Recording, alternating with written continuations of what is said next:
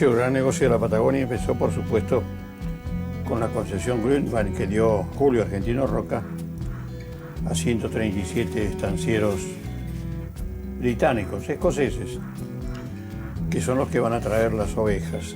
En el año 20 hay una gran crisis por el asunto de la lana. Ya estaba la competencia de Nueva Zelanda, la competencia de Australia. Entonces se comenzaba a vender menos. Los peones rurales patagónicos, muchos de ellos europeos y otros gauchos bonaerenses, vieron que realmente era una explotación muy grande la que sufrían. Y comenzaron entonces a organizarse, se organizaron en la Sociedad Obrera de Oficios Varios, en Río Gallegos, creada por los anarquistas. Y ellos van a solicitar el primer convenio rural de la Patagonia. Y así comenzaron las huelgas patagónicas que iban a terminar con el fusilamiento de 1.500 obreros rurales.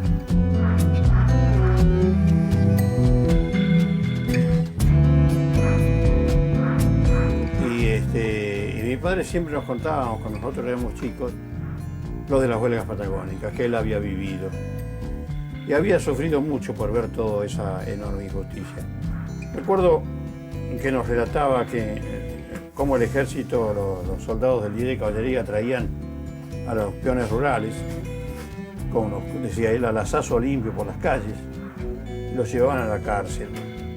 Y como ellos, mis padres, vivían a 200 metros de la cárcel, a la noche oían los alaridos de los peones rurales presos porque los soldados les pegaban unas palizas fenomenales.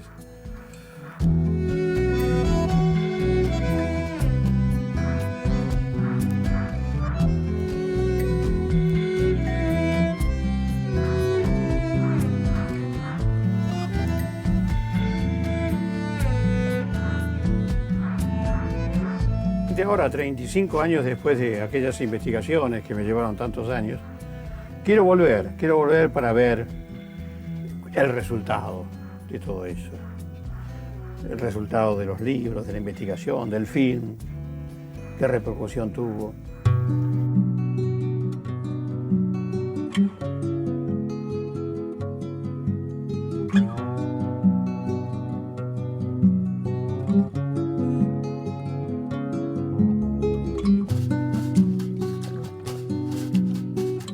Atención pido al silencio y silencio a la atención, que voy en esta ocasión, si me ayuda la memoria, a mostrarles que a mi historia le faltaba lo mejor.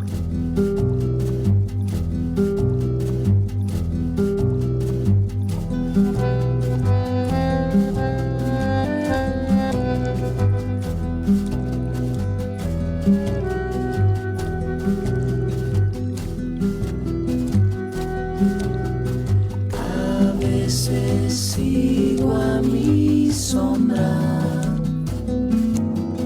a veces viene de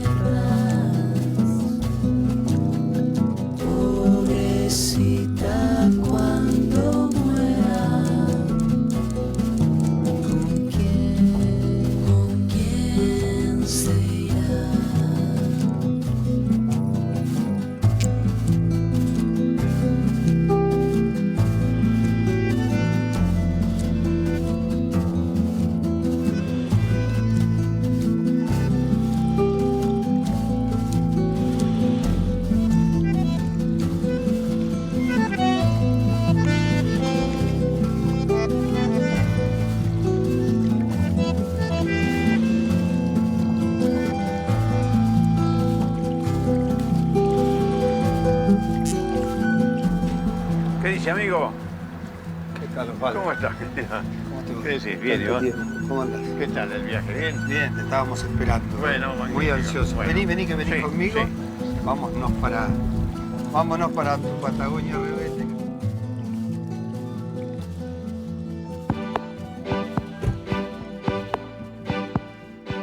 Roberto Suárez Samper es un reconocido médico y estanciero patagónico. Su padre fue comisario de frontera en Perito Moreno y desde niño escuchó historias sobre las huelgas de los peones rurales. Un día llegó a sus manos un artículo publicado con la firma de Osvaldo Bayer y desde entonces colabora con él. Cuando supo de esta vuelta de Osvaldo, no dudó en ser su chofer y médico personal.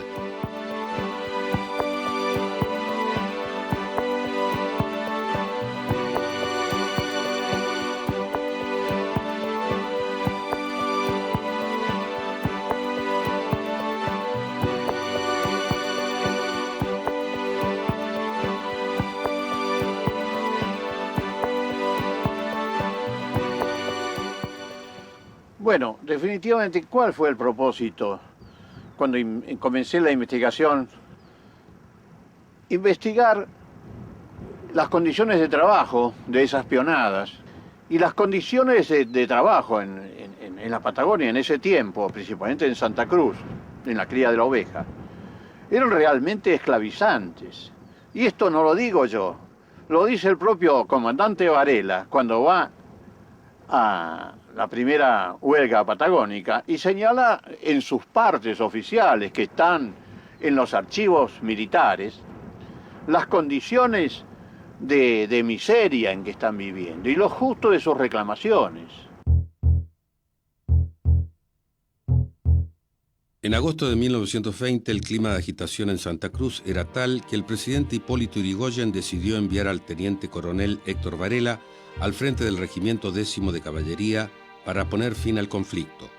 Con la mediación de Varela, a fines de 1920, patrones y sindicalistas firmaron un convenio. Las tropas volvieron a Buenos Aires, pero los empresarios no cumplieron con ninguno de sus compromisos con los obreros, quienes de inmediato redoblaron sus luchas. Algunos sectores enardecidos recurrieron a la acción directa. Entonces Yrigoyen ordenó la segunda expedición del teniente coronel Varela, pero esta vez no fue para pacificar, sino para terminar definitivamente con las huelgas.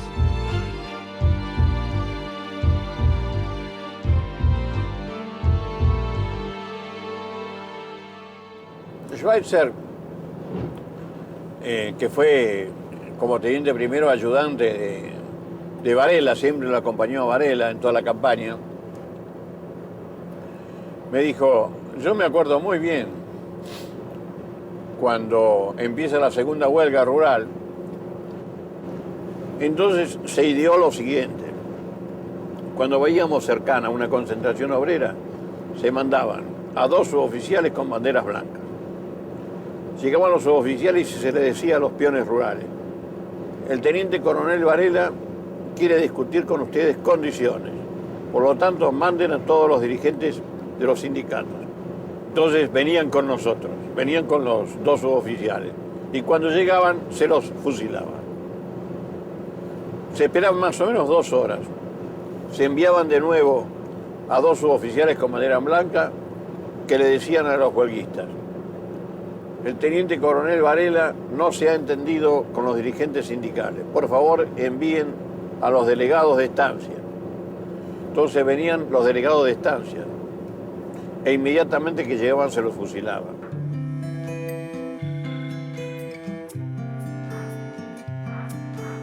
Es la ley como la lluvia, nunca puede ser pareja.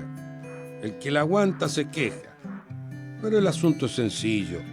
La ley es como el cuchillo, no ofende a quien la maneja. En diciembre de 1921, la estancia San José fue escenario de fusilamientos ordenados por el capitán Anaya, uno de los lugartenientes de Varela. A fines de los 60, Bayer descubrió una tumba masiva a la que manos anónimas habían homenajeado con una cruz rústica. 35 años después, el casco de la estancia está deshabitado y casi destruido, mientras que la tumba masiva no tiene siquiera una placa que recuerde a los mártires. Osvaldo quiso reparar en parte este olvido, dejando una réplica de aquella cruz en el lugar donde todavía están los restos de los peones fusilados.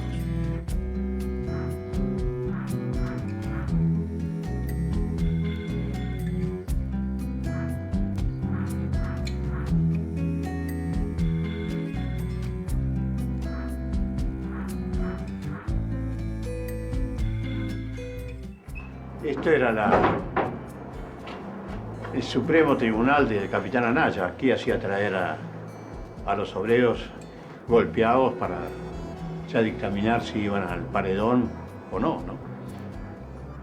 Con su brazo armado el sargento Espíndola, ¿no? Gran garroteador de todos los obreros, y que era tal el castigo infligido que en un momento dado Anaya dice: no me los traiga más así, porque están todos ensangrentados, ¿no?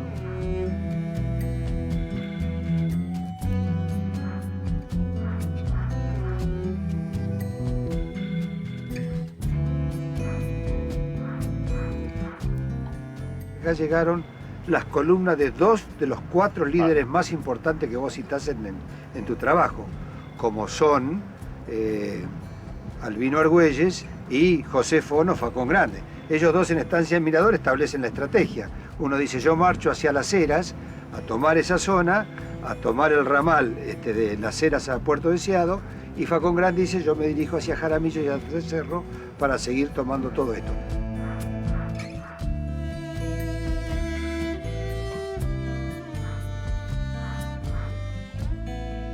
Sí, a uno le da orgullo de hablar de un dirigente obrero, es de Albino Argüelles. No era patagónico, era porteño. Y hacía 6 meses apenas que estaba trabajando en San Julián. Y aquí la primera vez que lo oyeron hablar en la Sociedad de Obreros Varios de San Julián, bueno, enseguida lo eligieron, lo apoyaron. Y poco después van a empezar las huelgas patagónicas de los peones rurales y él los va a apoyar. Y Albino Argüelles va a ser fusilado y torturado de la peor manera por el capitán Anaya. Y yo tuve un encuentro hace 2 años. De pronto me llamaron una señora con voz muy de anciana. Me dijo que era la hija de Albino Argüelles y que había encontrado una poesía de su padre y me la quería entregar. Fui a verla. Tenía 83 años ya. Y me leyó muy emocionada esa poesía que su padre le había mandado a su madre, a Buenos Aires, cuando ella nació. A ti te queda el consuelo de nuestro fruto adorado, en cuyo rostro esmaltado se mitigan tus desvelos, teniendo siempre presente a nuestra hijita querida, que de tus besos la gloria la cubre constantemente.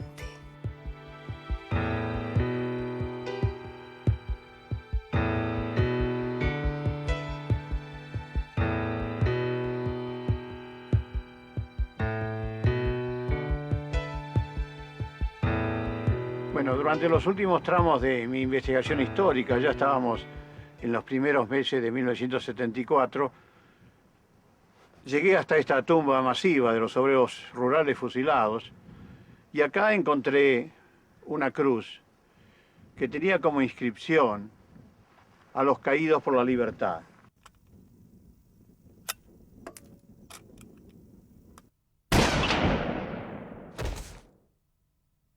Me acuerdo que vos me preguntaste ¿a dónde te parece que vaya a parar esta cruz?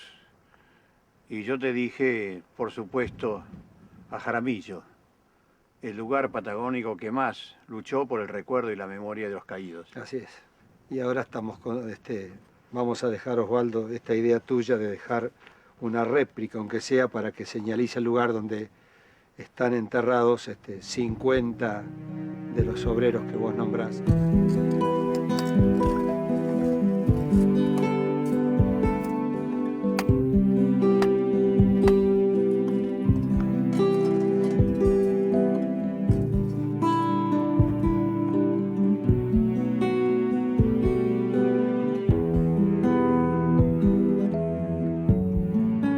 Agustín Cabezas participó como chofer en los más de 4.000 kilómetros que duró el viaje. De inmediato se dio cuenta de que esta historia era también suya. ¿Tuviste alguno de la familia que te contó, te relató sobre estos hechos? Mi abuelo y como era peón rural, se vino a trabajar al sur. Y lo que yo me acuerdo que me cuento de esta gente que murió acá, que cuando él venía para acá se encontraba con los cuerpos por ahí colgados en la alambrada y desnudos. Y avanzaba un poco más, cuando se venía metiendo más hacia el centro, por ahí encontrabas cuerpos arriba de las matas, desnudos también.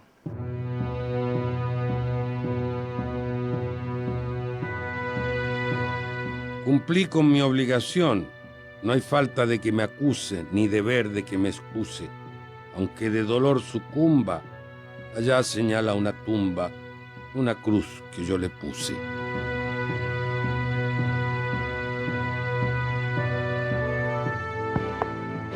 El 18 de febrero de 1927, en Santa Fe, un viernes de carnaval, la familia Bayer festejó el nacimiento de Osvaldo, su tercer hijo. Osi, como lo llamaron de entrada, tenía apenas 40 días cuando se mudó a Tucumán. El padre era experto en telégrafos y la empresa de correos lo cambiaba de destino con mucha frecuencia. Un día los Bayer se asentaron definitivamente en el barrio de Belgrano, en plena capital. De joven, Osvaldo ensayó distintos oficios, desde guardavidas hasta marinero timonel en los buques del Paraná. Estudió filosofía y cuando tenía 20 años dio una conferencia sobre Richard Wagner. Mientras pasaba discos del autor de Tristán e Isolda, reparó en Marlise, una chica también de familia alemana que entonces tenía 17. Ella partió a Alemania, él fue después a estudiar historia. Volvieron casados y Osvaldo empezó su carrera de periodista. Estuvo al frente del sindicato de prensa entre 1959 y 1962. Trabajaba en Clarín al tiempo que seguía con sus estudios de los anarquistas y de las huelgas de la Patagonia. En 1968 publicó un largo artículo en Todo es Historia, que fue el inicio de la saga de los Vengadores de la Patagonia Trágica. Bayer sacaba a la luz páginas que la historia oficial había falsificado justo cuando el dictador Onganía perseguía y castigaba a obreros. Desde entonces, con exilio y pérdidas mediante, Osvaldo es parte de la historia. Próximo a cumplir 80, se dispone a dar una vuelta de tuerca más a las huelgas patagónicas para ayudarnos a entender nuestro pasado.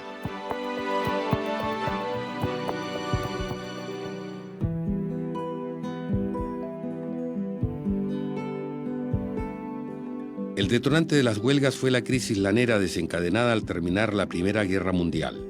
Los mercados europeos estaban atestados de lana y cueros australianos y neozelandeses, nuevos competidores de los ganaderos patagónicos. Los estancieros descargaron la crisis sobre los salarios de los peones rurales, pero por detrás de la coyuntura, la lucha obrera fue una reacción a las condiciones de vida casi esclavizantes en las estancias. Osvaldo Bayer en esta vuelta quiso conversar con alguien que fue peón rural toda su vida. El gaucho Rafael Buenelaf es el testimonio vivo de los hombres que habitan la Patagonia. ¿Qué tal, don Buenelaf? ¿Cómo le va? Achando, el trabajo diario. ¿Cómo era, por ejemplo, el trabajo del campo? De sol a sol. De sol a sol. De sol a sol. Los patrones todos ingleses.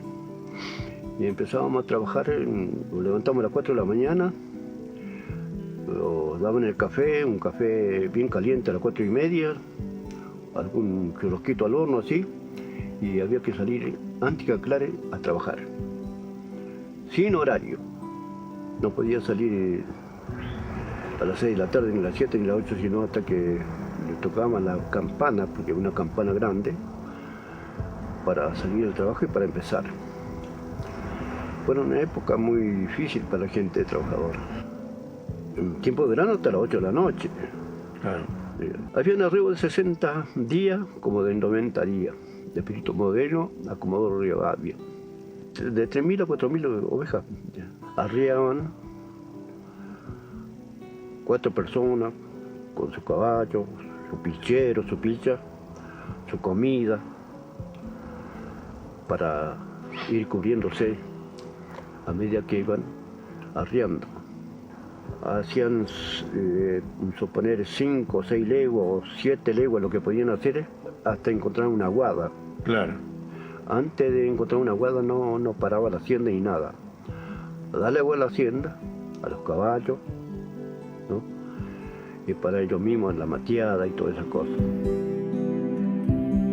Mucho tiene que contar el que tuvo que sufrir, y empezaré por pedir, no duden de cuanto digo, pues debe creerse al testigo si no pagan por mentir. Nadie conocía el sindicato. No sabíamos tampoco lo que era un sindicato. No sabía.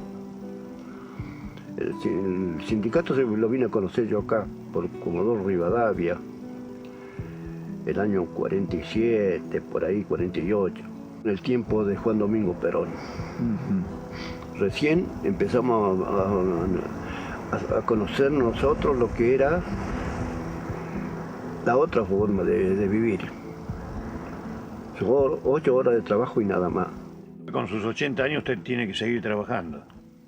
A medida que Dios me ayude un poco de salud, sigo luchando, buscando un pesito más, conociendo a la gente, aprendiendo a vivir también de paso. Y le digo más, soy muy patriota.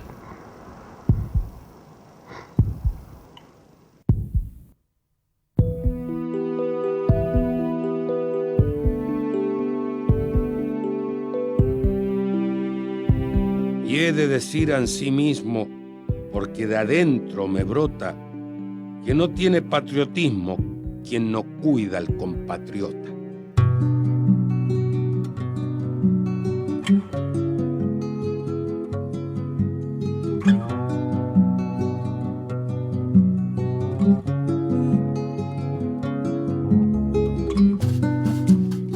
...25, 26, 27, 28 de diciembre matando gente acá en Tubanaya.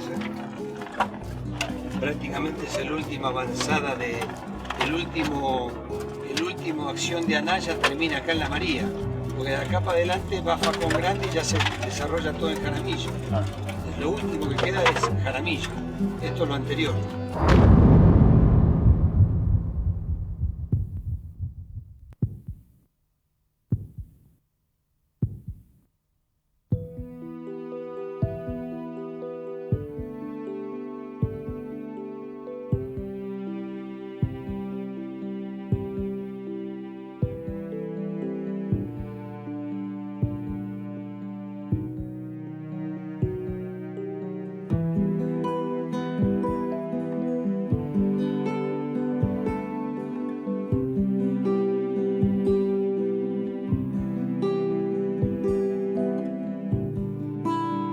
Camino del Calvario, ¿no? Porque de acá sale Facón Grande caminando pegadito a la vía, y se lo vimos irse pegadito a la vía y se va rumbo a Jaramillo. En diciembre de 1921, la línea del ferrocarril que unía Puerto Deseado con Las Heras era controlada por Facón Grande y sus gauchos. Cuando llegaron las tropas de Varela, las estaciones Tehuelche, Fitzroy y Jaramillo fueron escenario de enfrentamientos entre militares y huelguistas. Cuando Varela convocó a Facón Grande a dialogar para poner fin a las luchas, este no pensó que era un engaño. Sin embargo, Varela ordenó fusilarlo, al igual que al resto de su gente. Un monumento a la entrada de Jaramillo evoca la epopeya de Facón Grande. La memoria del gaucho entrerriano permanece viva en esa pequeña localidad patagónica.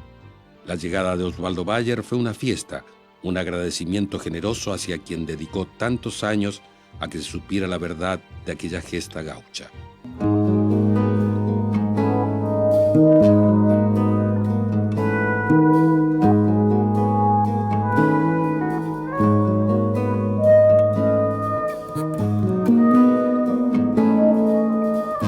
Facón Grande es un producto típico de estas enormes llanuras. Era un entrerriano y él no era trabajador. Sin embargo, cuando vinieron los peones rurales a pedirle, don Facón, ayúdenos, porque usted sabe hablar con los patrones. Y él dijo, bueno, pero yo tengo una tropa de carros, pero igual sí, cómo no, ustedes tienen razón, Pues realmente es una explotación esto inaguantable. Yo los voy a defender, ¿cómo no? Y salió al frente. Facón Grande con sus gauchos los va a derrotar al ejército. Y el ejército va a tener que irse con un muerto, con el soldado Fischer, que era el preferido de Varela. Entonces se pone en una situación muy peligrosa. Y viene el enredo donde se lo hacen llamar por teléfono diciendo de que Varela quería pactar con él y lo hacen venir. Lo hacen venir, lo van a tomar preso acá, lo van a tomar prisionero, lo van a llevar aquí a una casa muy cerca de acá, le van a pegar mucho a él. Pero no era hombre de dar un paso atrás, ni de pedir perdones. Y después lo van a subir a un camión y lo van a llevar muy cerca de acá, al Cañadón de los Muertos, como se llama actualmente. Y allí va a ser fusilado. Y antes de ser fusilado, él le dijo a los soldados, así no se mata un criollo. Y es necesario aguantar el rigor de su destino.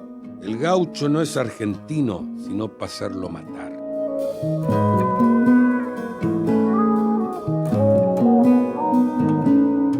Mi abuelo era con quien más charlaba era con mi madre, que justamente le comentaba que él había estado, qué sé yo, en una de las campañas cuando era soldado, por el sur argentino, por Santa Cruz, y le nombraba justamente lugares donde usted también, Osvaldo, en sus libros nombra justamente las estancias, ¿no? Y no hace muy poco me entero justamente que mi abuelo había sido uno de los que, el que justamente ejecutó a Facón Grande, ¿no?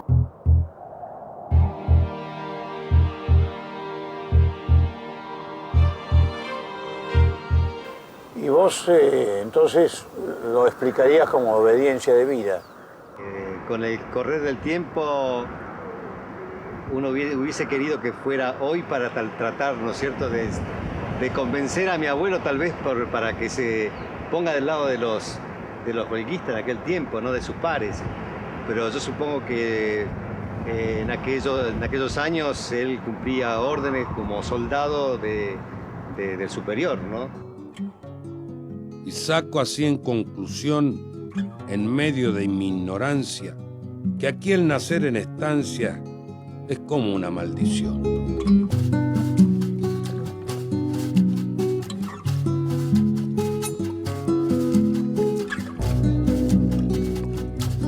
Mirá, los gauchos, qué hermosos. Es como si uno viviera aquellos tiempos de la marcha de los trabajadores rurales, ¿no? Buenos días, don Bernardo. ¿Cómo le va? Le damos la bienvenida al Pago de Jaramillo, el Pago de Facón Grande. Es como si me saludara Facón Grande, mi alegría. Muy contento de tenerlo con usted y ojalá que tengan un buen día. Estamos con un poquito de viento y un poquito de frío, pero los corazones contentos. Claro. Lo recibimos, la verdad que para nosotros es una gran alegría tenerlo acá. Imagínense. Así que, Tuve que irme del país durante 8 años por haber escrito esos libros al exilio y ahora esta tierra me recibe así. Imagínense la emoción. hoy en día, gracias a Dios, podemos reivindicarlo, decir estamos en democracia para poder decirle a todo el país que acá estamos presentes, ¿no? Que estamos luchando, que seguimos luchando por esta causa para que nunca más estos hechos que se pasaron en 1921 se repitan, ¿no? A veces sigo a mi sombra, a veces viene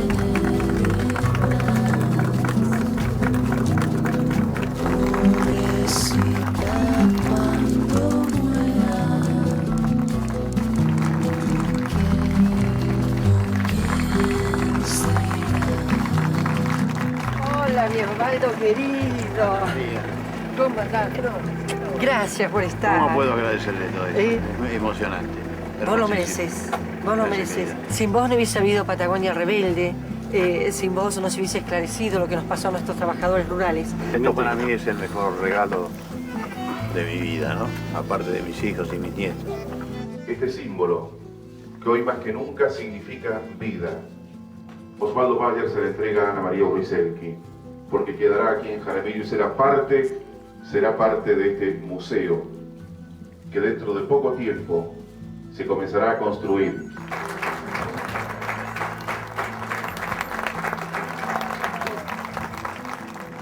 Y estaba esta cruz con esa inscripción tan hermosa: a los caídos por la libertad, a los caídos por la libertad, libertad con B corta y sin D, porque la dignidad es la mejor de las libertades.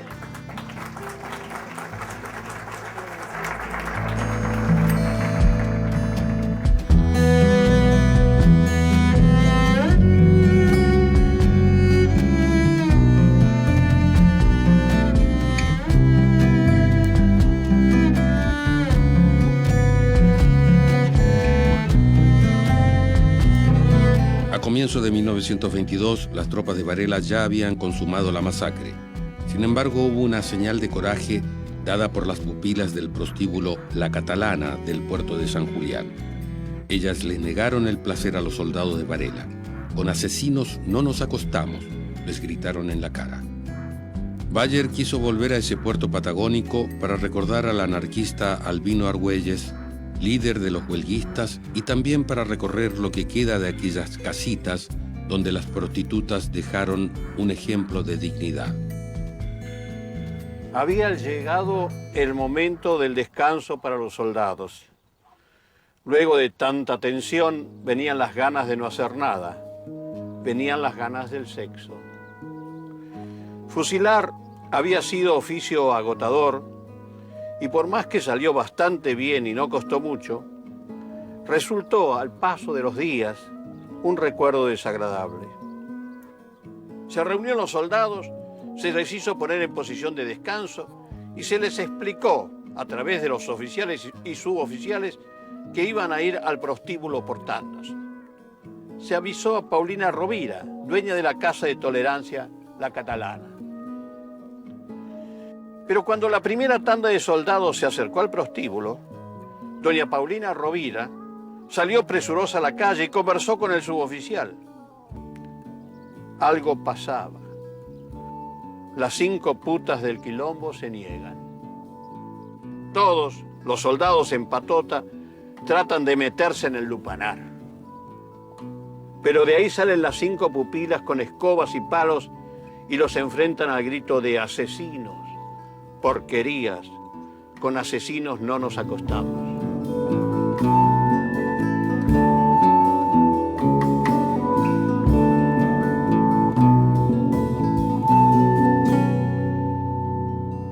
Bayer fue a Radio Generación, donde Eduardo Anguita transmitió su programa La Plata no alcanza, de Radio Provincia de Buenos Aires, esta vez en dúplex para que llegara también a los habitantes de San Julián.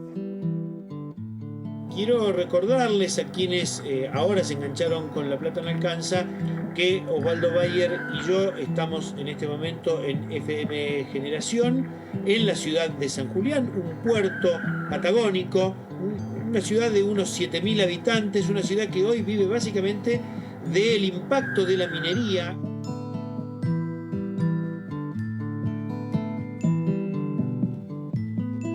Cuando yo hice la investigación y di con las tumbas masivas de los obreros fusilados por el ejército, me entrevisté con el doctor Puigros, para mí un ensayista y un gran docente, eran los tiempos de Cámpora, y le propuse si la universidad no me podía ayudar en ese sentido con un grupo de antropólogos, y para fijar bien las tumbas masivas, marcarlas y observar cuánto número de fusilados había. Y él inmediatamente me dio su apoyo. En ese momento se produjo la caída de Cámpora, fue nombrado Lastiri como presidente y ya se acabó con el proyecto. No se quiso hablar más de eso.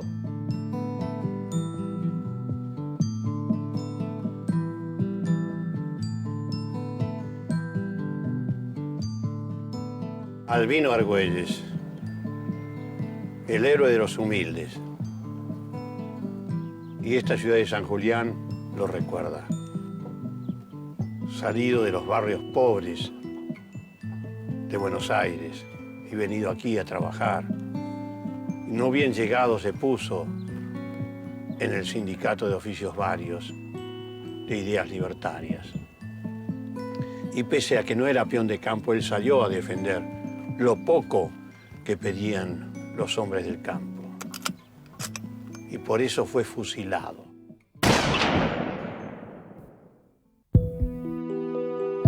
Mas todo varón prudente sufre tranquilo sus males.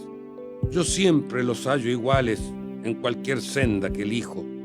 La desgracia tiene hijos, aunque ella no tiene madre.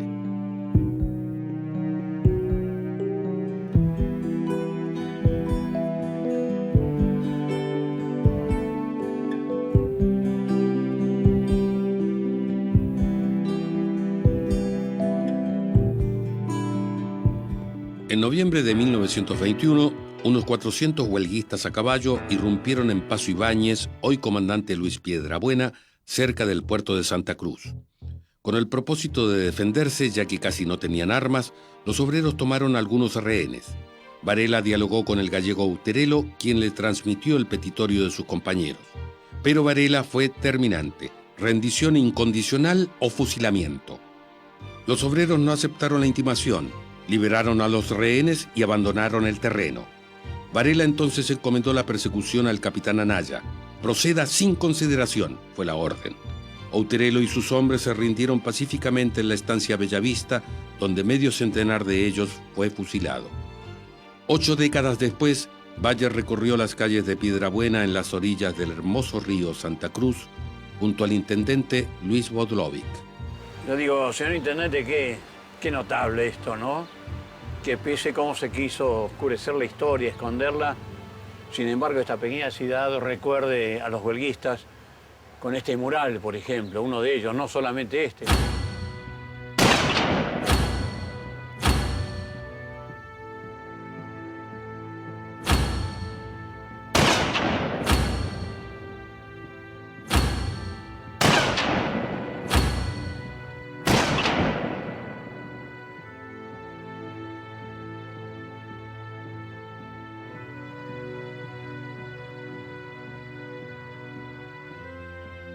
Este es uno de los puntos que los huelguistas tomaron cuando llegaron, y pocos días después la marinería que estaba apostada en Puerto Santa Cruz del buque Brown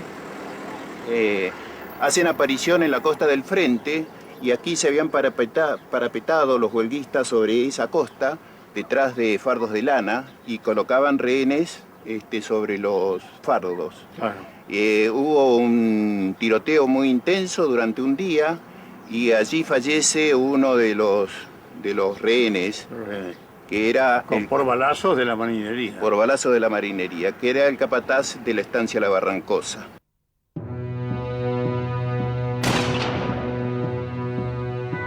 El conductor de los huelguistas era el llamado gallego Auterelo. Auterelo trabajaba como mozo en el Hotel Colón, que estaba en el otro extremo de la avenida. Y Auterelo va a ser después muerto a balazos en el camino a Cañadón León, es decir, hoy gobernador Gregores, cuando se queda sin combustible en sus autos.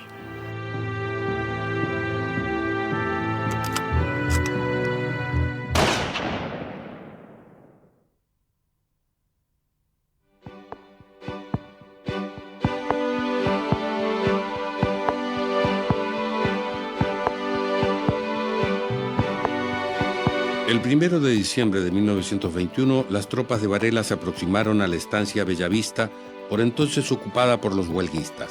El gallego Auterelo fue llamado a parlamentar con los militares, pero una vez que se apersonó, lo fusilaron. De inmediato los soldados de Varela entraron a la estancia sin que los 500 obreros opusieran resistencia. Desde entonces ese lugar es llamado el Cañadón de los Muertos. Los habitantes de Gobernador Gregores, la ciudad vecina a los hechos, levantaron un monumento. Osvaldo quiso pasar por este pueblo, por el cual tiene una simpatía especial.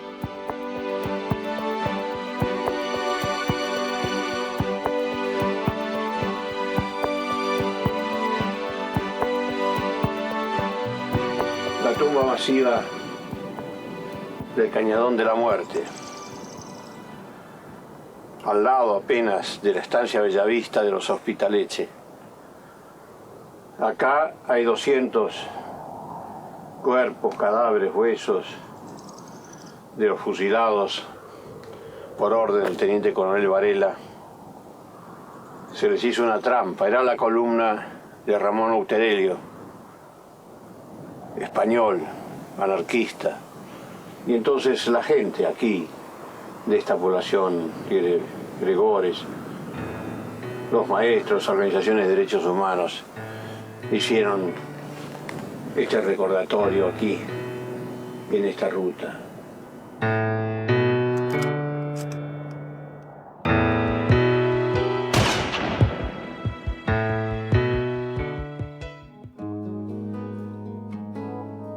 La Patagonia Rebelde, con dirección de Héctor Olivera y guión de Osvaldo Bayer, fue filmada en el verano de 1974. No faltaron presiones para que no fuera exhibida. Uno de los sectores opuestos fue el ejército, por entonces al mando del general Leandro Anaya, sobrino del fusilador Elvio Anaya. Además, la película debía sortear la censura oficial, que dependía del secretario de Prensa y Difusión, Emilio Abras. En ese marco de dificultades e intrigas, Olivera llamaba a Abras casi a diario a la espera de las buenas nuevas. Y Abras le dijo: Olivera, no se preocupe, dice, no se preocupe, vuelva tranquilo. Yo cuando vuelvo, dice, le voy a mostrar la película del general, porque el general todos los sábados a la noche en Olivos ve una película, me pide una película. Dice, siempre quiere ver una película de cómics. Bueno, dice, y yo un sábado le voy a dar La Patagonia Rebelde. Y al general le va a gustar y lo va a probar, yo estoy seguro, Olivera, váyase. Los lunes a la mañana yo me iba a Aries Field con Olivera y con Ayala, esperando la llamada de Abras. Primer lunes, nada. Segundo lunes, nada. Tercer lunes, nada. Entonces Olivera ya se puso muy nervioso y lo llamó a Abras. Dígame, Abras, ¿usted le mostró la película al general? Dice, sí, se lo mostré el sábado pasado. Y dice, ¿y qué pasó? Dice, y no sé, mire, él dice, lo vio con Isabelita, la película.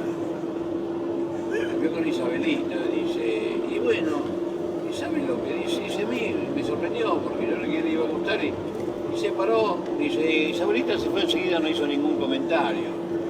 No sé por qué lo dijo, ¿qué comentario va a hacer Isabelita? ¿De qué? Habrá dicho, ¿y esto? ¿Qué fue? Bueno, entonces dice, y el general se paró y dijo, no, esto no fue así. Está bien, la película está bien, pero esto no fue así. Porque acá lo hacen aparecer a Varela como el autor de todos los fusilamientos. Y el verdadero fusilador dice, porque yo estuve allá, dijo Perón. Viste que estuvo en todos lados, y Macana no estuvo ahí, porque él era de infantería ahí. Y allá fue caballería, fue a Patagonia. Y dice, pero el verdadero fusilador, dice, fue el tío del que tenemos de comandante en jefe. Ese fue el fusilador. Dice, ahora, y se fue a dormir y no hizo más comentarios. Puta madre que lo parió. Hasta que un día, lunes a la mañana, llama a Abras a lo de Olivera, a Aries Field. Y entonces dice, Olivera, dice, sí, le habla a Abras. Dice el general que estrene la película en todos los cines de la República, ya mismo, el jueves que viene, ya está aprobada por él. Entonces Abras le cuenta que esa mañana, pero de la primera página del día 11 de junio, declaraciones del comandante en jefe del ejército. Comando del ejército responden a sus mandos naturales. Dice que Perón tiró el diario al suelo y dice, pero ¿qué carajo se cree? ¿Qué me quiere decir con este lenguaje? ¿A quién van a responder si no es a sus mandos naturales? Y entonces Abran, lo llamó Abran. Abran, ¿cómo se llama esa película que habla del tío del comandante en jefe? Y dice, la Patagonia rebelde. Bueno, que la den en todos los cines del país. Yo le voy a demostrar a este señor general Leandro Anaya quién manda acá, carajo.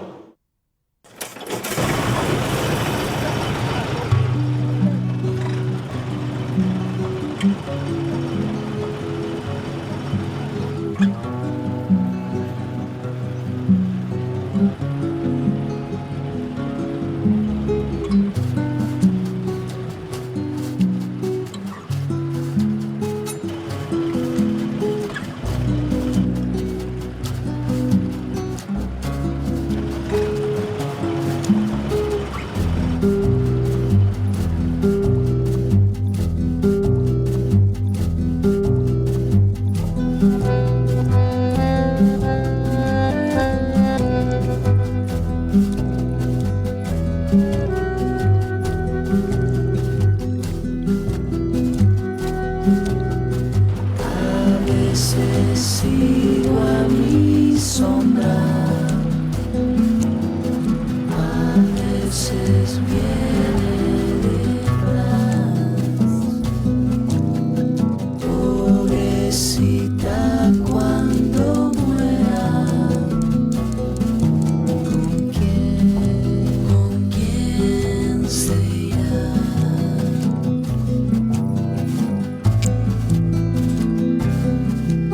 Río Gallegos fue la sede de la Sociedad Obrera de Oficios Varios, dirigida por el gallego Antonio Soto. Desde Río Gallegos se propagó el movimiento al resto de la región. A fines de los 60, los archivos del Juzgado Federal de Santa Cruz fueron de mucha utilidad para la investigación de Bayer. Los papeles estaban desordenados y a medida que desentrañaba la historia, Bayer contribuyó a clasificarlos. Por entonces el juez a cargo era Jorge Torlasco, quien años después fue uno de los camaristas que condenó a las juntas militares. En esta vuelta, Bayer quiso saber si los archivos públicos de Río Gallegos contaban con nueva documentación que permitan conocer más detalles de esta historia. Al llegar al Hotel París donde se alojaban, un miembro del equipo de producción reconoció a Osvaldo Topsic. A oídos de Bayer había llegado el rumor de que Topsic tenía en su poder archivos del Juzgado Federal, los mismos que él había contribuido a clasificar. Yo quería preguntarle una cosa, porque yo fui hace años de nuevo a consultar todo el archivo de las huelgas en el juzgado, y ahí me contestaron que Pinto Kramer, el juez de la dictadura, se los había obsequiado a usted. Los tengo yo. Los tiene usted. Son 5 cuerpos. 5 cuerpos. Sí, están a su disposición si quiere consultarlos, como no, los tengo ahí. Sí. Pero como son, qué sé yo, esa documentación de antes, manuscrita. Bueno, gracias. Don Osvaldo, ha sido un gusto charlar con usted. A su disposición los tomos esos, si usted quiere, dígamelo. Muy bien. Muy bien. Adiós. Hasta luego. Hasta luego. Bayer requirió a la directora del Archivo Histórico Provincial si estaba al tanto de esto. El juez Pinto Kramer, juez de la dictadura, se lo regaló a Osvaldo Topsic, que tranquilamente el otro día se lo pregunté y reconoció sí que lo tiene en su casa. Cuando esa documentación valiosísima pertenece al archivo de la provincia, es una cosa absolutamente legal, no lo puede tener en su casa, ni tampoco un juez puede regalar una cosa así. En el campo archivístico existe la división tripartita de poderes. Una documentación así debiera estar obviamente en un archivo judicial. Y es grave lo que usted comenta, porque nosotros ignorábamos ese tema que estuviera en manos privadas.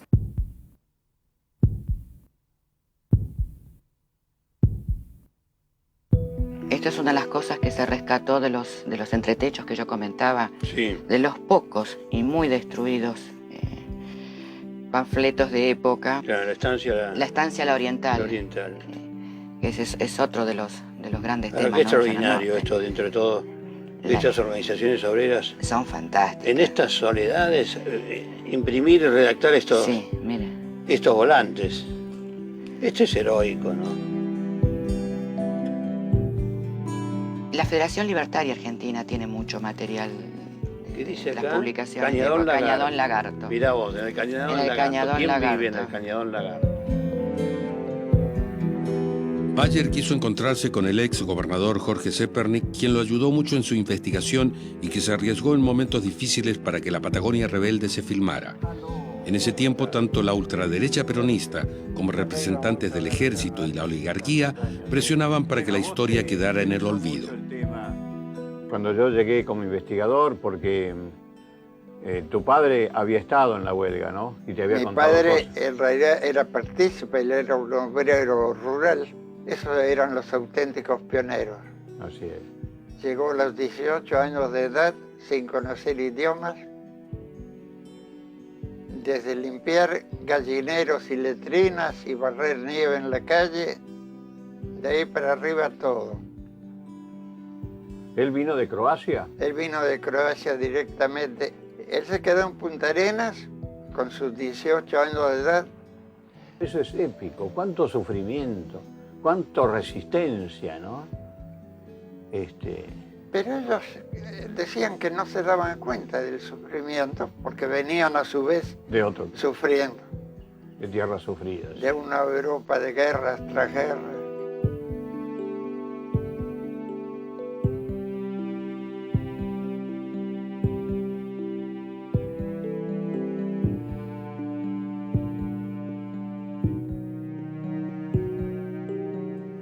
Esos días de filmaciones cargados de problemas políticos por todos lados. Así es. Y nosotros apresurados para terminar. Tuvimos unos cuantos Me días. acuerdo que te pedí que te apuraras Sí, sí. para evitar que llegaran a interrumpirlos, ¿no? Claro. Me pidieron que pare la filmación de la película, ¿te acordás? Pero claro que sí. Que nos pescó en el lago argentino. Y veí toda la ayuda que nos diste cuando gobernador, ¿no? Así es. Por ejemplo, de poner a disposición los Yo cadetes. nunca supe si Magdalena lo pasé por culpa de eso o por qué, porque otra razón no había. Claro. ¿Y cuánto estuviste, cuántos años preso? ¿8 años? 6 años en Magdalena y 1 año con arresto domiciliario, que para mí fue el peor porque me lastimó moralmente, porque estaba presa mi mujer y mis hijos. Claro. Además mi esposa cocinaba para los 4 policías que compartían con nosotros la mesa. Qué vergüenza. Yo me escapé, resulta que la madrugada antes que aclare escapé por una ventana de mi dormitorio. De esa fuga me acuerdo de cosas muy interesantes. Que en la última etapa antes de llegar a Calafate vi un gaucho, bota, bombacha, clásica gorra de vasco, cerrando una tranquera y se le fue el caballo despacito. Río Perro arriba. Entonces yo de un trotecito alcancé el caballo y se lo pasé. Y al pasarle el caballo le digo, ¿para dónde va, amigo? Dijo, no, voy para la Josefina porque se nos escapó el preso, no vio nada por ahí. Yo reaccioné en ese momento, le dije, mire, yo no vi nada. Yo vi Río Perro, un gaucho que iba muy despacito. No me parece un hombre fugado. Ah, no, pero ese vivo, se va para Chile. Y me quedé pensando, qué ingenuo, ¿no? Escaparse de Videla para ir a las manos de Pinochet.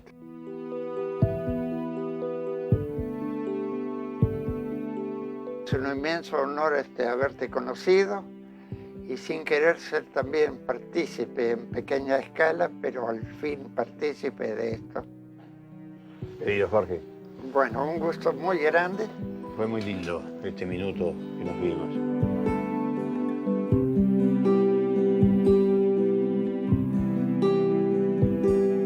Estas cosas y otras muchas medité en mis soledades. Sepan que no hay falsedades ni error en estos consejos. Es de la boca del viejo de donde salen las verdades. Antonio Soto había nacido en la ciudad gallega de Ferrol. Siendo adolescente partió hacia Buenos Aires y a los 22 años, como parte de una compañía de teatro, recaló en una ciudad que evocaba a los suyos, Río Gallegos. El clima de agitación social reinante y su ideología libertaria lo convirtieron en figura clave de las luchas obreras. Soto era combativo, pero se enfrentó a los sectores que protagonizaron hechos de vandalismo. Los últimos meses de 1921 los pasó recorriendo estancias a caballo al frente de los reclamos de las peonadas. Al saber la crueldad con que actuaba Varela, Soto decidió no entregarse.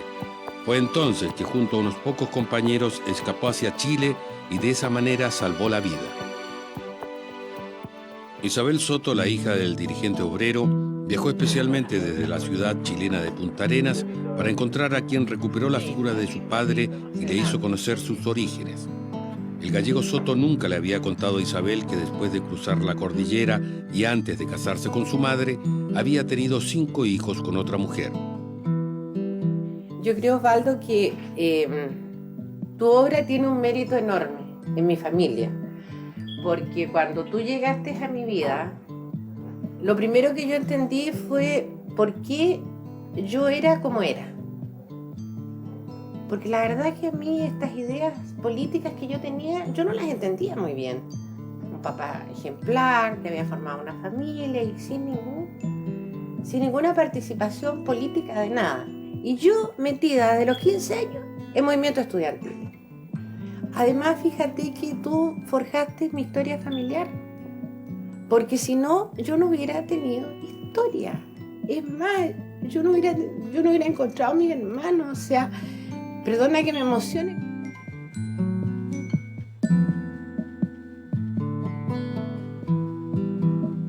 Pero yo lo leo en el libro. Que tenés 6 hermanas. 5 hermanos. 5 hermanos más. Porque nadie me lo dijo. Bueno, tú porque obviamente que pensaste que yo lo sabía. Y mi mamá porque se llevó el secreto a la tumba, nunca me dijo.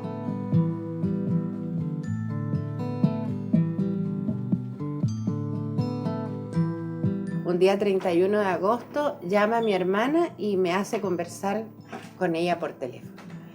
En 5 días estábamos todos en Santiago.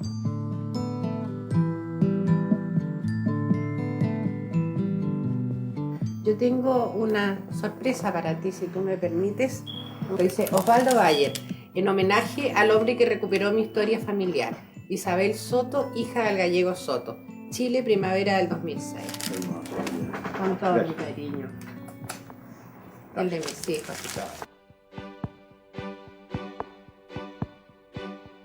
Otro de los anarquistas que cruzó los Andes para zafar de las tropas de Varela fue el vasco Zurrutuza. Bayer se encontró por casualidad con su nieta en Río Gallegos. Me acuerdo lo que me costó encontrar el nombre de esos compañeros de Soto que lo acompañaron hasta último momento, cruzaron la cordillera y llegaron a Chile y fueron a Puerto Natales. Y ahora, bueno, estamos haciendo este film y de pronto te presentás vos y sos la nieta. Sí, un gusto. Para mí, un gusto realmente. Contame de tu abuelo.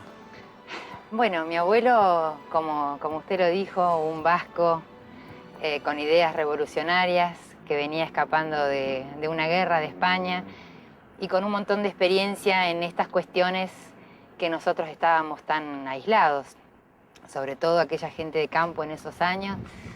Y bueno, él encontró en Soto un amigo y un compañero de lucha, de ideales.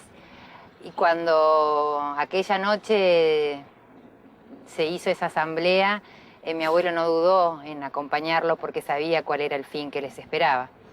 Así que iban a ser fusilados. Iban a ser fusilados, tal cual. Entonces, bueno, emprendieron la huida de noche, sabiendo que el ejército los iba a estar persiguiendo. Viajaban de noche, se escondían de día, comían lo que podían juntar o cazar durante la noche, porque en el día estaban todo el tiempo ocultos. Tuvieron que dejar los caballos en un determinado momento y seguir a pie por la cordillera, incluso caminando por los ríos para que no pudieran seguirle las huellas. Llegaron a Puerto Natales de noche y entraron, se separaron porque sabían que era más fácil esconderse estando separados. Y bueno, había amigos en aquel pueblo, en aquel entonces, que los refugiaron. Y allí estuvo escondido, no me acuerdo cuánto tiempo, hasta que, bueno, después que ya más o menos había pasado todo, se fue a Punta Arenas, estuvo unos años viviendo ahí y después volvió a la Argentina. Es un peligro muy serio cruzar huyendo el desierto. Muchísimos de hambre han muerto. No se puede ni hacer fuego para no ser descubierto.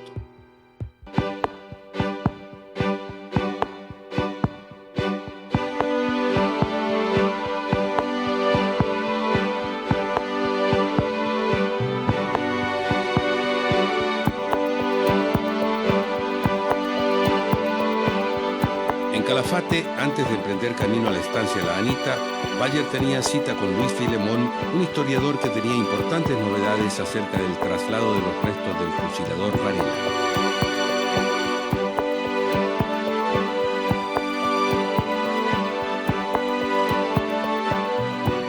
Como estando en Buenos Aires, fui a visitar la tumba de Varela, fui a visitar la casa también, y bueno, ahí en el cementerio de la Chacarita no la encontré donde estaba, que estaba ahí en un rincón abajo, media escondida. Entonces les pregunto a los chicos dónde podía estar Varela, le di todos los datos y luego de unos minutos de búsqueda me llevaron a una galería de muertos por la patria y ahí se habían puesto a muchos militares. Y entre ellos tuvieron la mala fortuna de colocarlo a Varela. Se ve que no saben quién fue este señor. Ahora voy a ir yo al Panteón Militar de la Chacarita. Antes estaba, yo lo visité cuando hice la investigación y lo puse en mis libros. Estaba abajo de todo, semi-escondido, y con una sola placa que decía la Comunidad Británica de Santa Cruz al teniente coronel Varela que cumplió con su deber.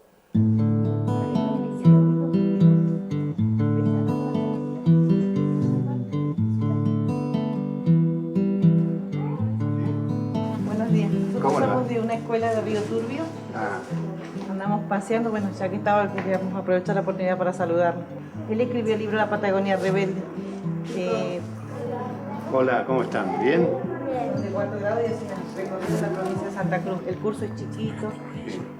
Bueno, en el lugar de Río Turbio se filmó La Patagonia Rebelde. Claro, en gran lo parte. filmamos, ya estaba ahí. Sí, estaba. Claro. Mi papá es uno de los que alquiló los caballos, todas las tropillas. Ah, mire usted. Bueno, era de ellos. La estancia de la primavera. En sí. primavera Claro. filmamos, sí. Ahí hicimos la última asamblea, por ejemplo, de Ajá. cuando se rinden. Bueno, ahí nosotros aprendimos de lo que pasaba en las estancias en esa época. Claro. Y también a ustedes, a los chicos les van enseñando esas cosas. Claro, se les va haciendo recordar lo que pasaba, bueno, en esa época, en estancia, cómo se vivía, cómo estaba la gente, cómo se peleaban cuestiones políticas y esas cosas. Bueno, esas cosas se van viendo en cuarto grado y se van haciendo después en la secundaria, se van ahondando más el tema. Claro. ¿Sí? Muy Cuando bien, se refiere. muy bien.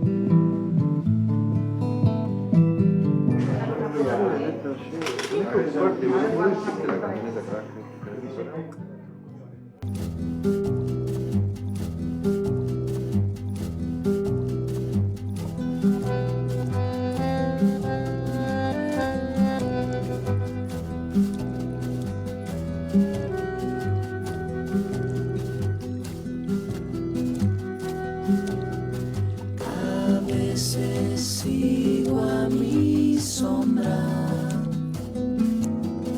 a veces viene detrás. Acá ya vamos en camino directa a la Anita. Por acá, por este camino fueron las columnas obreras a caballo, para allá, para hacer la asamblea final, con el deseo de realmente de lograr por fin que se cumpliera con el convenio rural firmado un año atrás y que no cumplido por los patrones. Acá yo me imagino con la esperanza que iban para allá, para la Anita. Era el lugar de encuentro de todas las columnas que vinieron de varios lugares. En la estancia La Anita, próxima a Calafate y al glaciar Perito Moreno, el 6 de diciembre de 1921, cientos de huelguistas debatían cómo seguir adelante. Antes de tomar una decisión, enviaron delegados a parlamentar con los militares que marchaban hacia ellos desde el lago argentino. Los recibió el capitán Viñas Ibarra, quien los hizo fusilar de inmediato.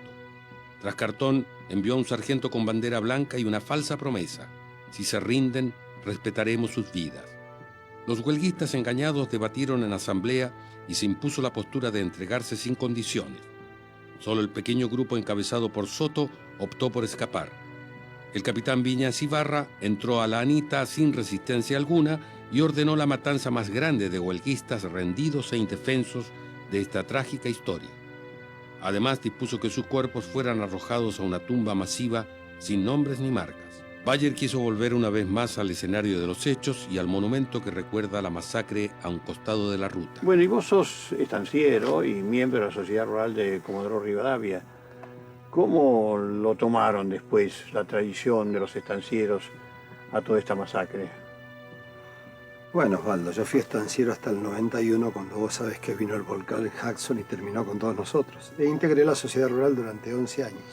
Los grandes terratenientes siguieron siempre con la idea de motivadora que esto era un movimiento de izquierda, comunista, anarquista. Y después estaba el pequeño ganadero, con los cuales yo conocí muchos que estuvieron en las huelgas, y tenían un gran pesar.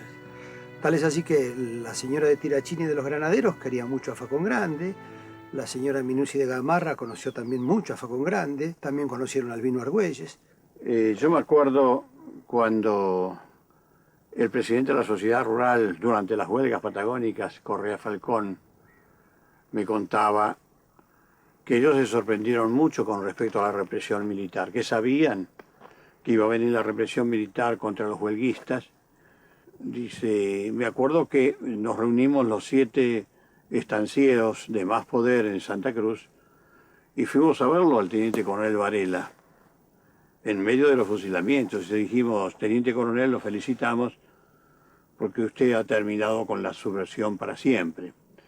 Lo único que le rogamos es que si no puede parar los fusilamientos, porque dice, estamos cerca de la zafra granera y nos vamos a quedar sin fuerzas de trabajo. Muchas cosas pierde el hombre que a veces las vuelve a hallar. Pero les debo enseñar, y es bueno que lo recuerden, si la vergüenza se pierde, jamás se vuelve a encontrar.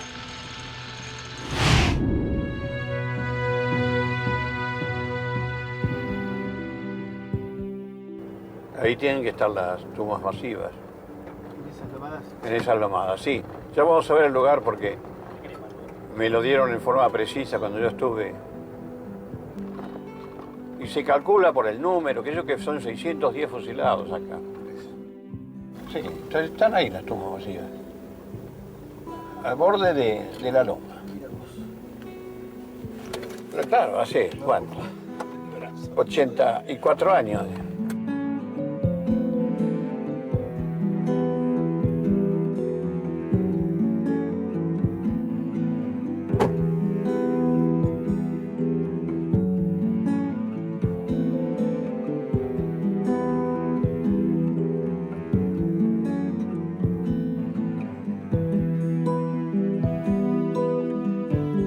Este es el monumento a los pobres peones rurales fusilados el 10 de diciembre de 1921, justo aquí a pocos metros de la estancia La Anita, en aquel tiempo de los Brown Menéndez. Y vemos lo que es esto, este monumento creado por el esfuerzo de la gente que exigió este recuerdo por lo menos. Al final se admitió y se hizo esto. Pero fíjense cómo está. Ningún cuidado de nada. Todo devastado. Hasta se han robado las placas.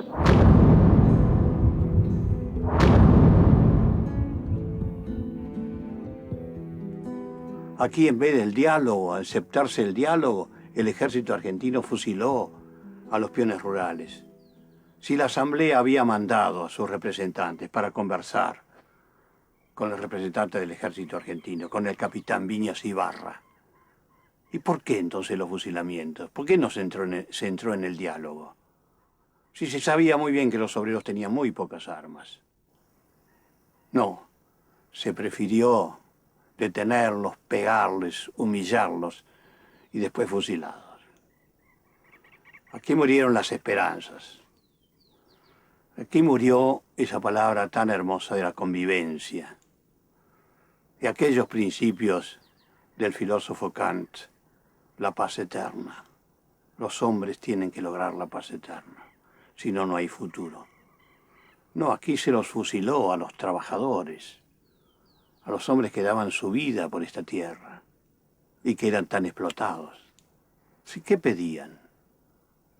Un paquete de velas por mes para iluminarse en las noches del invierno. Que el botiquín estuviera en español y no en inglés. Y después otra cosa realmente generosa, que también se permitiera trabajar, entrar a los peones casados con sus mujeres, como dicen, para así poblar estas soledades. No. Principalmente los estancieros británicos, no. Querían solamente peones solteros, ninguna mujer en las estancias. Este es un verdadero paraíso, es el paraíso de la Argentina, el lago argentino, esos cielos eternos, esos cerros, esas montañas increíbles. Aquí fue la muerte en el paraíso para esos peones rurales.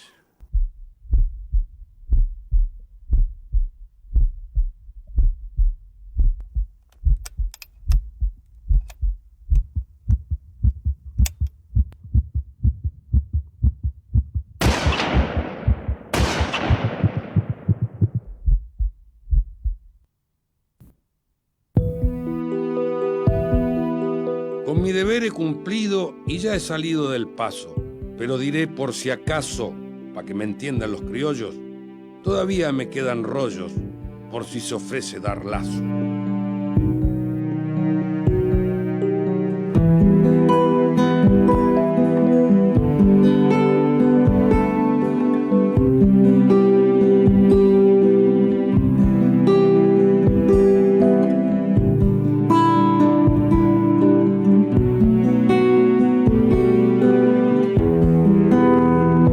Esta travesía dejó a Bayer con una mezcla de agotamiento y excitación.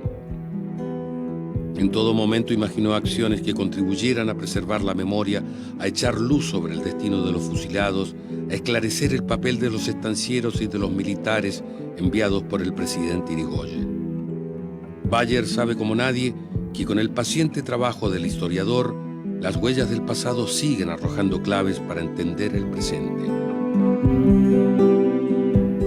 Este viaje tenía todavía para él una nueva escala en Buenos Aires. De regreso, Bayer quiso saber qué marcas quedaron en la conciencia de la segunda y tercera generación de militares y estancieros de entonces. Bayer siempre valoró la honestidad de Elvira Viñas Ibarra, hija del capitán Viñas Ibarra, quien le abrió sus archivos familiares y que, además, nunca ocultó lo que supo de aquellas jornadas trágicas. Y a papá lo sacaron a las 3 de la mañana, yo tenía 7 años, sin saber a dónde iba. Lo metieron en un barco de guerra y allí al sur. Misión muy triste, muy penosa, se sufrió mucho, antes, durante y después. Sí. Yo tengo fotos vestidos de papá, vestidos de paisano, que estaban entre los mismos huelguistas. Claro, eso fue la primera huelga. Porque la primera huelga. La segunda fue terrible. La segunda fue cruel. Fue un exterminio espantoso. Sí, sí, sí. ¿Y él les contaba a ustedes de las huelgas patagónicas? Siempre, siempre, siempre. Mirá, nos contaba mucho, ¿sabés qué? Que cuando él llegó se impresionó todo el mundo hablando inglés. Era un rincón de otro país, la primera vez. A las 6, 7 de la tarde se vestía toda la gente de lanita. La estancia lanita, sí. De etiqueta, de smoking, qué sé yo. Y lo que le impresionó es que los peones dormían en un galpón, sin velas, sin nada. Y para comprar iban a los almacenes de ramos generales, que era de ellos. Claro, claro. Y no compraban, no tenían dinero, tenían bonos. Bonos, sí. Y compraban todo con bonos. Sí. Eso nos contaba papá, que éramos chicos. Sí, los Brown Menéndez, sí. Los Brown Menéndez. Sí.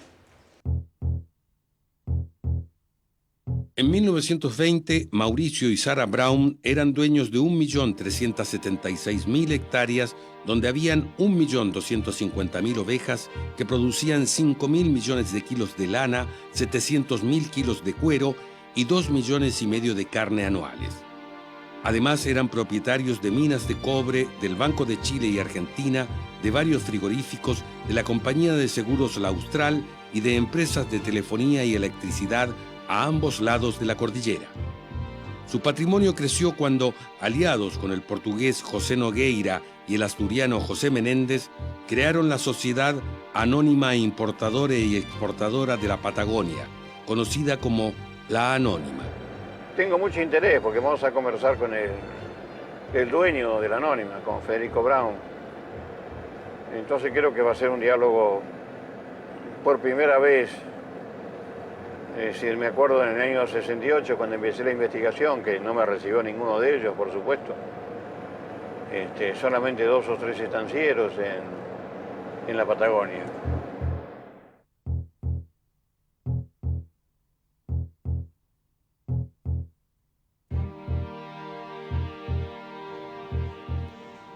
Buenas, ¿cómo le va? ¿Qué tal usted? ¿Qué dice? ¿Cómo está? Bien, ¿qué tal? Encantado de conocerlo. Igualmente.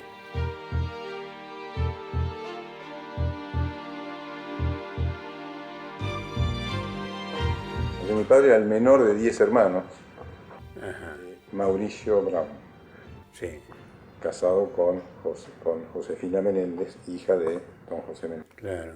Yo quisiera saber si usted, que es de otra generación, por supuesto, pero ¿cómo recibieron la información de lo que había ocurrido en las huelgas del 21?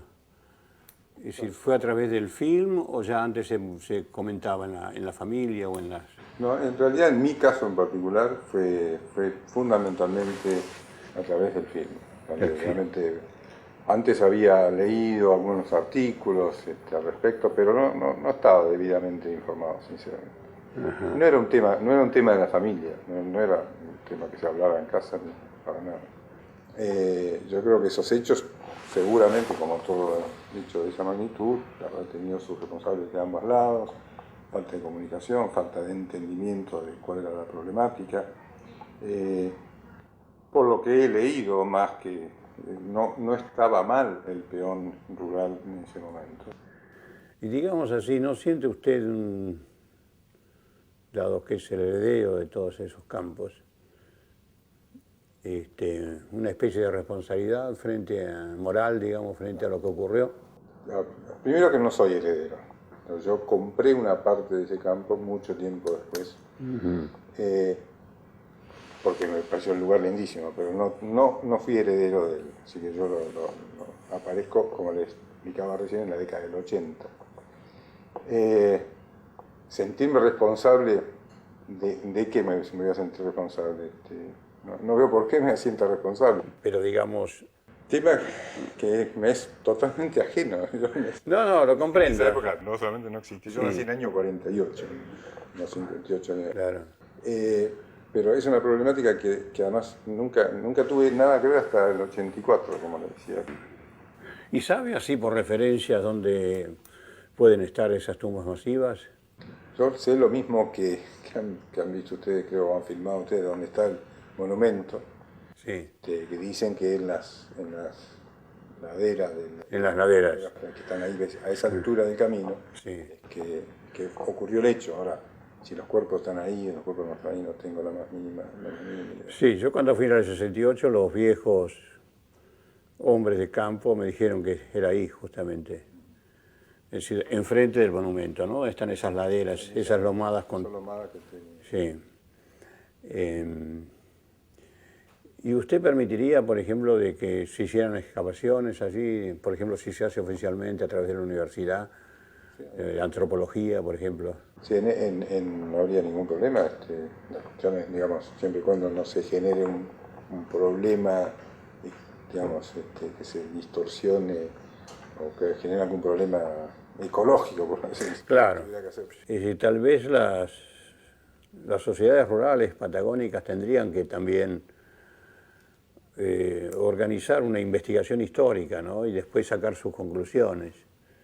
En el sentido de que, por ejemplo, digamos, a mí se me ocurre, soy un poquito lleno de proyectos futuros, pero se me ocurre que tal vez podrían dar una parte, aunque sea pequeña, de sus campos, pero organizar una especie de cooperativa de trabajadores rurales para que, digamos, de alguna manera indemnizar a aquella generación que por tan poco que pedía fue exterminada, ¿no? Sería un lindo plan, digamos. Bueno, la verdad que no me lo imagino planteado de esa manera, ni menos que yo tenga que hacer digo, en lo personal, ni me siento para nada responsable. Yo creo que nuestra función, como empresario, es generar empleo, es hacer las cosas bien. Y en ese sentido estoy creo que si hay algo que ha tenido alguna influencia en la Patagonia es que hoy la Anónima cuenta con 8.000 personas trabajando. Cuando yo entré en la Anónima habían 265 personas. Entonces, de eso estoy muy orgulloso y eso creo que es lo que tenemos que hacer los argentinos. En vez de mirar quizás tanto, perdón, es el caso suyo muy particular, pero en vez de mirar tanto cuáles fueron las desinteligencias del pasado, lo que creo que tiene que hacer la Argentina es generar los consensos futuros. Para de alguna vez por todas construir un país que debería ser maravilloso. Debería ser. Creo que está muy lejos. Y lo miremos desde la ideología que lo miremos, creo que todos estamos muy tristes de lo que la Argentina podría ser y lo que la Argentina es. Mi función tiene que ser la de hacer, más que ideologizar o agregar una visión a los que ocurrió 60, 80 años. Hacer, pero al mismo tiempo repartir. Y creo que sí. Bueno, yo sí le digo que el año pasado hemos pagado 100 millones de impuestos. Es la mejor manera de repartir que puede tener una sociedad. Bueno, son formas y formas. Por supuesto. Muchas gracias.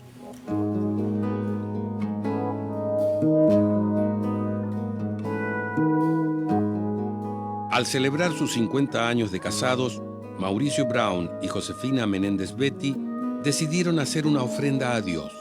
Mandaron demoler el viejo palacio familiar de Ayacucho 1064 en la ciudad de Buenos Aires para construir allí una iglesia llamada El Patrocinio de San José, en memoria del padre de Josefina, José Meréndez.